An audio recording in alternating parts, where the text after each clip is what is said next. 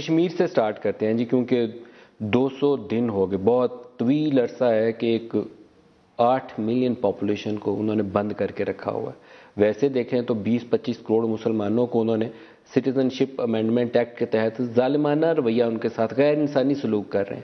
صرف اکیلے پاکستان کی ذمہ داری ہے، باقی مسلم دنیا کے ممالک کی ذمہ داری نہیں۔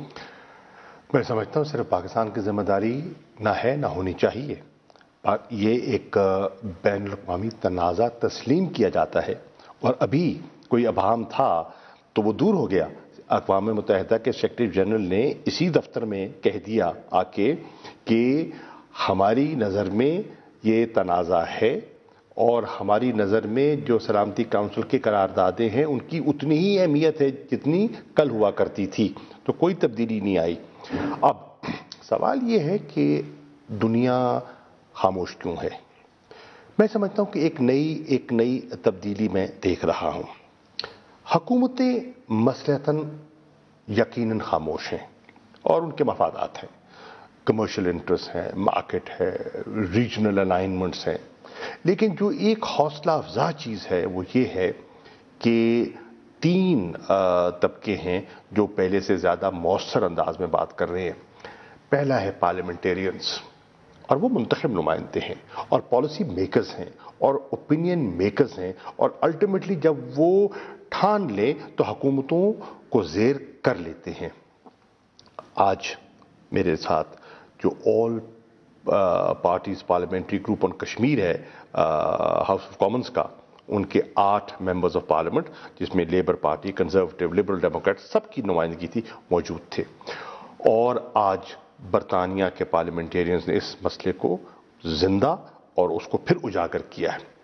یورپین پارلیمنٹ میں کبھی پہلے بحث نہیں ہوئی تھی کشمیر کی اس انداز میں جتنی آج ہوئی ہے۔ آج 60 کے قریب کانگریسمن یو ایس کانگریس میں انہوں نے ریزولوشن جو ہے اس کو سگنیچرز کیے اس پہ، اور آج وہاں بحث ہو رہی ہے۔ اسی طرح اور پارلیمنٹس میں ہو رہی ہے۔ ایک طبقہ۔ دوسرا طبقہ جو اب مؤثر طریقے سے بول رہا ہے وہ ہے انٹرنیشنل ہیومن رائٹس آرگنائزیشنز، اور کھل کے تنقید کر رہی ہیں ہندوستان کی جو ہیومن رائٹس وائلیشنز ہیں، جو وہ وہاں ظلم اور جبر کر رہے ہیں، کھل کے بات کر رہے ہیں۔ جو ان کا پبلک سیفٹی ایکٹ ہے اس پر تنقید کر رہے ہیں، ڈریکونین کہہ رہے ہیں۔ اور تیسرا طبقہ جو ہے وہ اب ہے media, international media. Pakistani media تو اپنا رول ادا کرتا ہی تھا، ہمیشہ سے کرتا تھا، لیکن اب انٹرنیشنل میڈیا جو ہے وہ جاگا ہے، اور پھر سٹیزن امینڈمنٹ ایکٹ اور اس پہ جو انہوں نے کارروائیاں کی ہیں اس نے وہ معاون ثابت ہوا ہے۔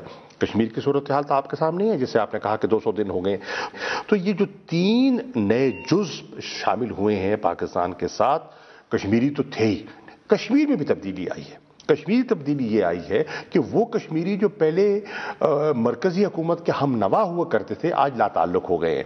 محبوبہ مفتی جیسے، فاروق عبداللہ، عمر عبداللہ جیسی شخصیات جو ہیں وہ لا تعلق ہو گئی ہیں، اور وہ آج ان کی بات نہیں کر رہے۔ تو یہ ڈیولپمنٹس ہیں جس پہ میں سمجھتا ہوں کہ پاکستان تنہا نہیں ہے۔